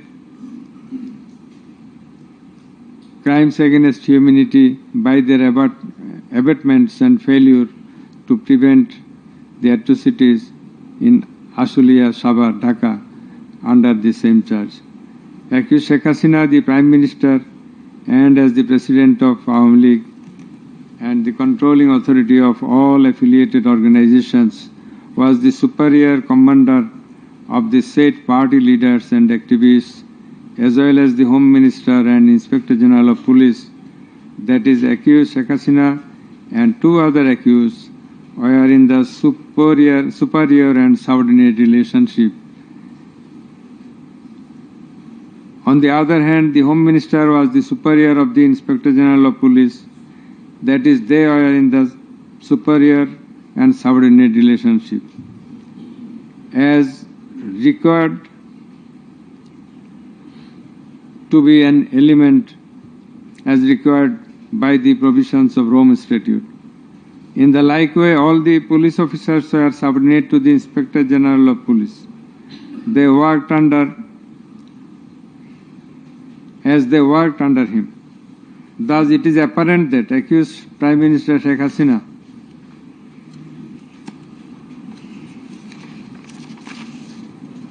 had superior control status over accused Asaduzzaman Khan Kamal and accused Chaudhuri Abdullah Al Mamun, whereupon it was her responsibility to take measures to prevent the atrocities in question, which continued for about a month. She did not also take any punitive measures against the perpetrators. In the like way, Home Minister Asaduzzaman Khan Kamal held superior command responsibility over the Inspector General of Police and other successive other officers, and as such he had the responsibility, superior command responsibility to prevent all of them from committing the atrocities and for taking punitive measures against the perpetrators. Thus, both the accused Asaduzzaman Khan Kamal and Inspector General of Police Chaudhuri Abdullah Al Mamun, they committed crimes against humanity by their abatement, that is facilitation, and their failure to prevent the atrocities committed by their underlings, and hence they are liable to be punished under section 32A, 32G, 32H, 41B and 43 of the International Crimes Tribunals Act. Accused Sheikh Hasina is liable to be punished under section 32A, 32H, 41B and 43 of the International Crime Tribunals Act 1973.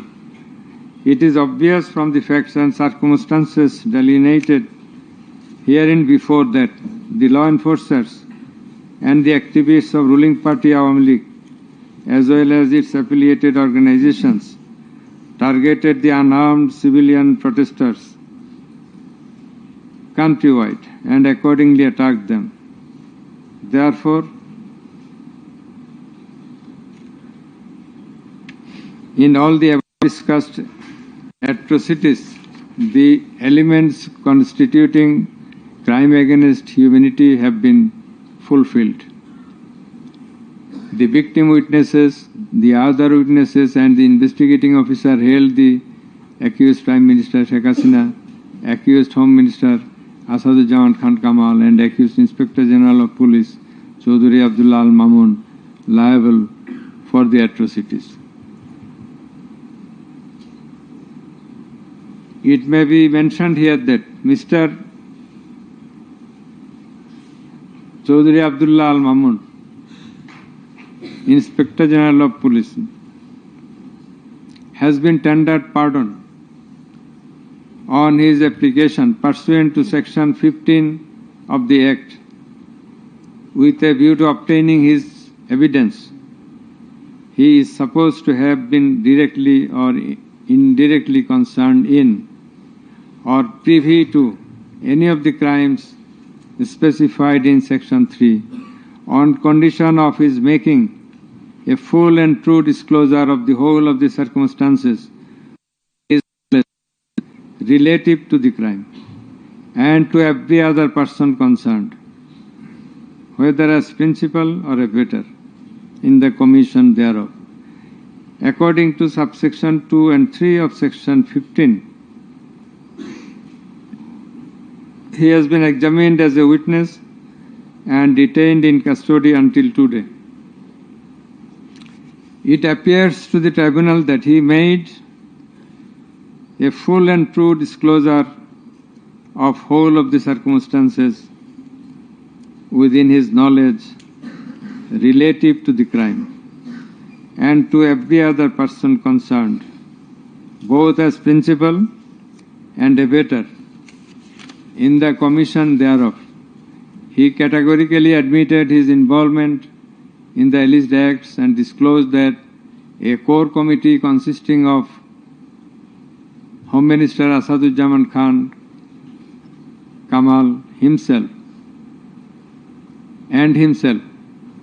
used to hold meeting every day at the residence of accused Home Minister Asaduzzaman Khan Kamal to take decisions as to the necessary measures to face the movement of the students and to pass the instructions and to pass necessary instructions. He said that accused Prime Minister used to pass directions to the core committee in this regard. This accused also said that Sheikh Hasina directed them to use drone to trace the location of the protesters and to use helicopter and lethal weapons to kill the protesters. He mentioned that chain of command in the police service was not maintained. In most of the cases, the highest authority used to communicate or contact the mid-level officers like Additional Commissioner Harun Rashid, Additional Commissioner Monirul Islam. Accused Prime Minister Sheikh Hasina passed the direction in presence of Additional Deputy Commissioner Praloy Kumar Joardar during a core committee meeting. And as such, Joardar conveyed the direction to all the concerned officers throughout the country. Direction means the direction to use helicopter and lethal weapons as well as drones. Chaudhry Abdullah Al Mamun also mentioned in his testimony that he had a clean image and track record throughout his service for long 36 years. There had been no allegation against him during his long tenure. He said that he feels remorseful and ashamed on seeing the atrocities in the videos displayed in the courtroom. He sought apology to the tribunal and to the people of the country. Although accused Chaudhry Abdullah Al Mamun claimed to have made full disclosure of the circumstances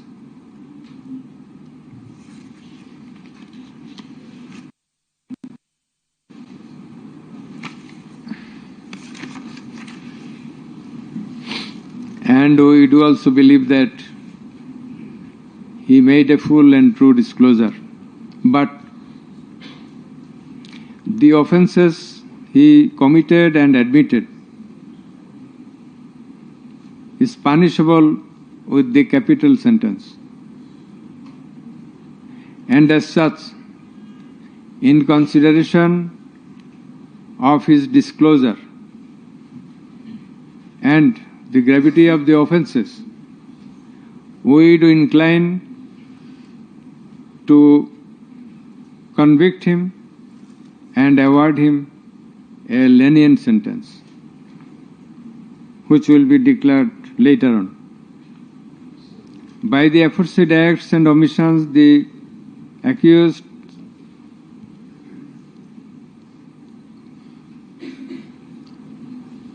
committed crimes against humanity under section 3(2)(a), subsection G, clause H, 4(1), 4(2), 4(3) of the International Crimes Tribunal Act 1973, as stated before.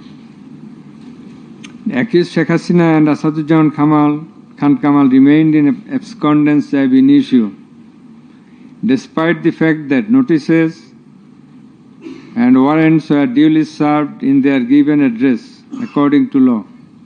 Moreover, they were asked by publishing notice in 2 daily newspapers to appear and contest the case, but they did not turn up. Thus, their abscondence itself is suggestive of their guilt.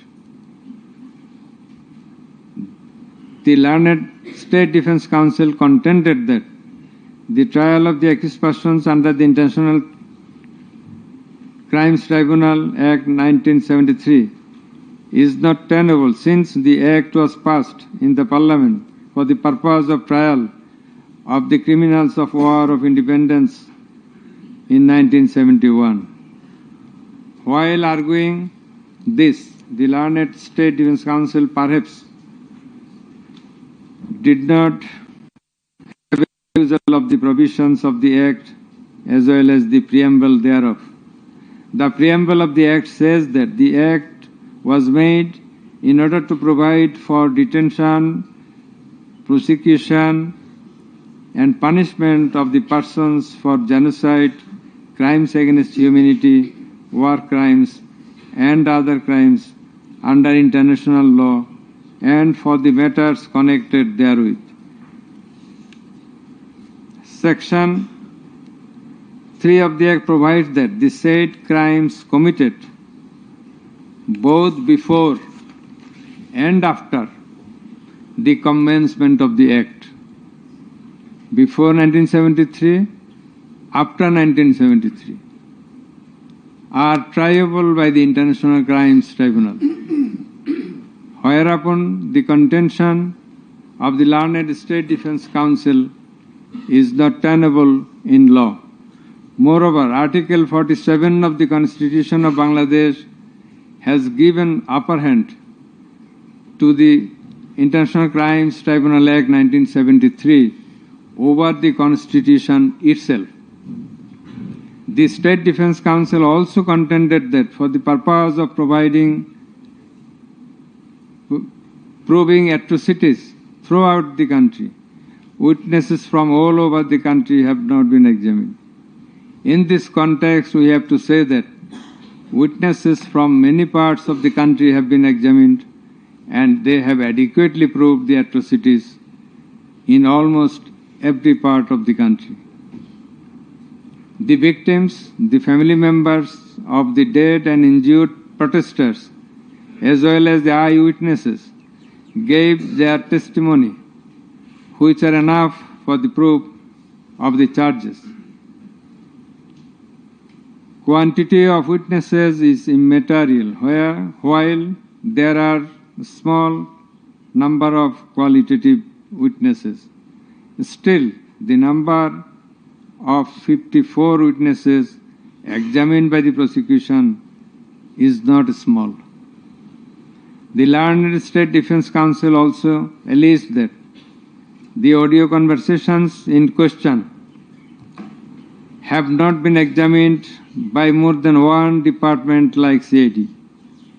In this regard, we would hold that the genuineness of the report of CID has not been challenged, nor has the report been proved ingenuine, whereupon no other department was in need of holding further examination thereof. It is the further allegation of the learned State Defence Council that accused Sheikh Hasina and Asaduzzaman Khan Kamal did not incite or order the commission of the crimes against humanity as alleged, nor did participate in the commission thereof, and thus they deserve to be acquitted. The learned Chief Prosecutor, in course of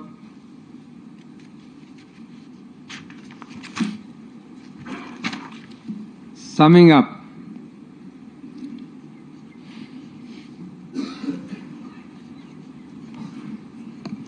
asked for passing necessary order restraining Awami League from running activities as a political party.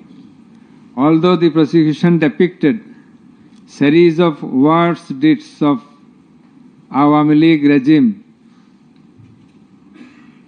in the language of the prosecution, since achievement of independence of Bangladesh in 1971, the tribunal does not incline to discuss on this point, since this is not the issue of the instant case. It has come to the notice of the tribunal that accused Sheikh Hasina, in defiance of the orders of the tribunal to appear and contest the case, has given interviews in the media wherein she denied the allegations leveled against her in this case and also made some derogatory remarks. I have noted this aspect beforehand, but in some of her interviews, she impliedly admitted her superior command responsibility. The United Nations Human Rights Commission categorically stated in its report that the political leaders issued direct orders and other directives authorizing and guiding operations by BGB, RAB, DGFI, Bangladesh Police, and Detective Branch that involved serious violations of human rights against protesters and other civilian, including extrajudicial killings and arbitrary detention. It has been stated in the report that 1,400 people have been killed by use of lethal weapons during the July movement 2024. By the political leaders, the United Nations Human Rights Commission meant the highest government authorities. The authorities in question are unprecedented in the history of Bangladesh. The nature and extent of cruelty administered upon the protesters, inclusive of infants, women, and old, stirred the hearts of the people throughout the world. On seeing the scenario of dead and injured protesters and their outcry in the videos displayed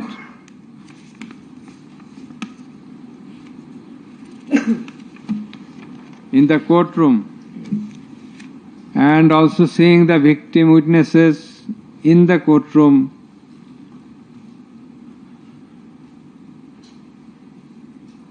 for giving testimony, who lost their skull, eyes, nose, hands, and legs. Any human being will fail to be in the normal state of mind seeing such scenario. Such atrocities must be brought to an end at any cost. Justice must not fail. In view of all the above facts and circumstances and findings, it is hereby ordered that accused Sheikh Hasina be found guilty on 3 counts under charge 1. Count number 1, incitement. Count number 2, order to kill. Count number 3, inaction to prevent the atrocities and failing to take punitive actions against the perpetrators. And thus, she is punishable, she is liable to punish under section 3, subsection 1a, section 3, subsection 2, clause G, section 3, subsection 2, clause H, section 4, subsection 1, clause B, and section 4, subsection 3 of the International Crimes Tribunals Act 1973 under the charge number 1. But we do hold that for all these 3 counts of crime against humanity, we do incline to award a single sentence, that is the sentence of imprisonment till natural death for under charge 1. Under charge 2,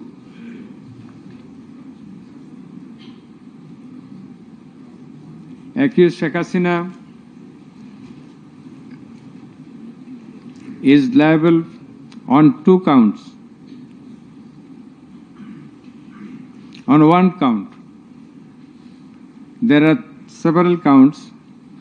For 1 count, that is passing the order for deploying drones, helicopters, and using lethal weapons to kill the protesters. She committed crime against humanity under section 3, subsection 2a and section 4, subsection 1b of the International Crimes Tribunal Act 1973.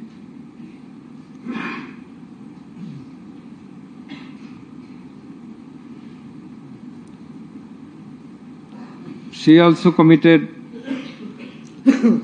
the same crime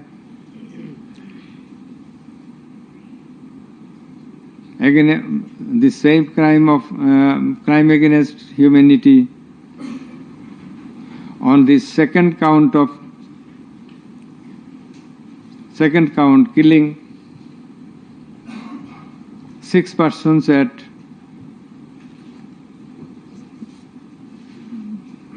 Sankarpur of Dhaka, which was committed in contemplation, in furtherance by virtue of her order, as stated beforehand. And similarly, she committed the same crime, that is the crime against humanity, on another count for causing the killings at Ashulia of Sabar, killing of 6 persons. For all these 3 counts, we have decided to inflict her with only 1 sentence, that is sentence of death.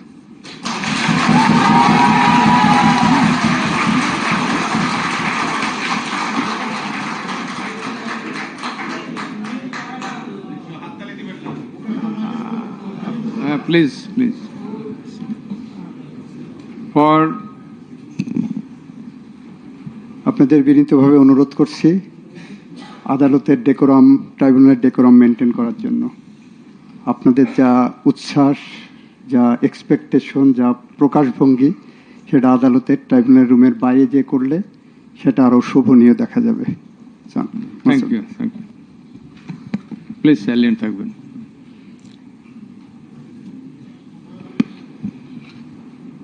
Accused Asaduzzaman Khan Kamal and accused Chaudhry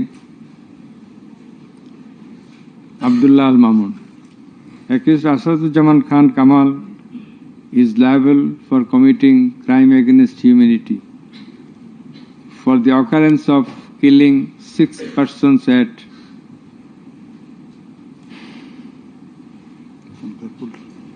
Sankarpur of Dhaka.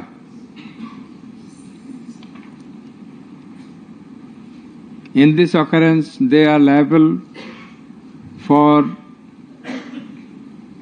committing crimes against humanity by their abatement and failing to prevent the atrocities and also to failing to take necessary preventive measures, punitive measures.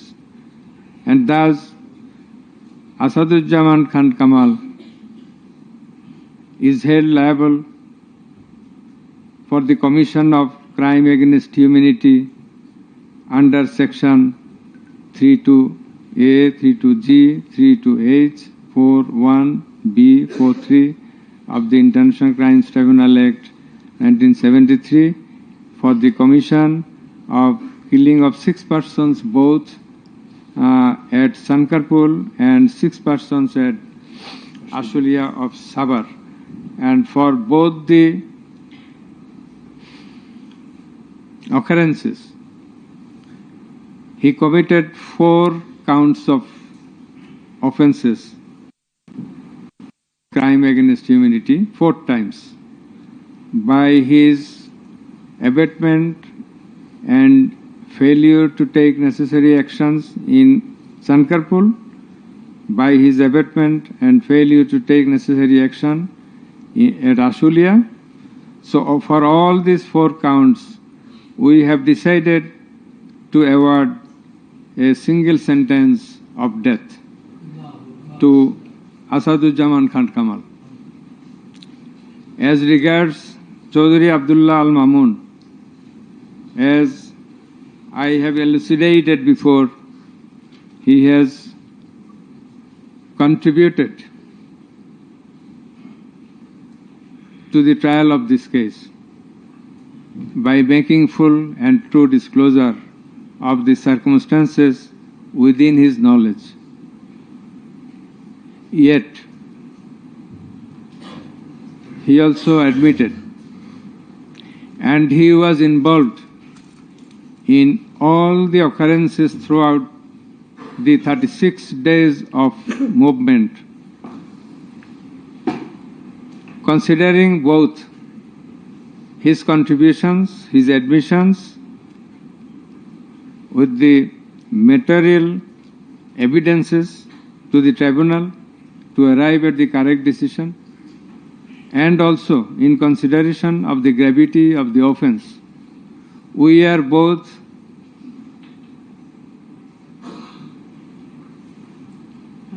remitting his sentence and awarding a sentence with leniency. That is, the offences involve capital punishment. But for his contribution, we have decided to inflict him with the sentence of imprisonment for 5 years.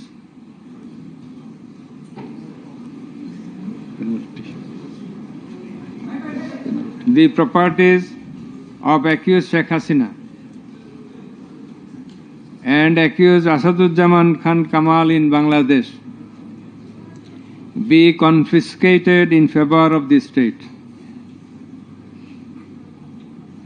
The government is directed to pay considerable amount of compensation to the protesters concerned in this case who have been killed in July movement 2024, and also to take measures to pay adequate compensation to the wounded protesters in consideration of the gravity of their injury and loss. This sentence shall be carried out in accordance with the provisions laid down in Section 20, subsection 3 of the International Crimes Tribunals Act 1973, preferably pursuant to the long-standing practice. Let a copy of this judgment be transmitted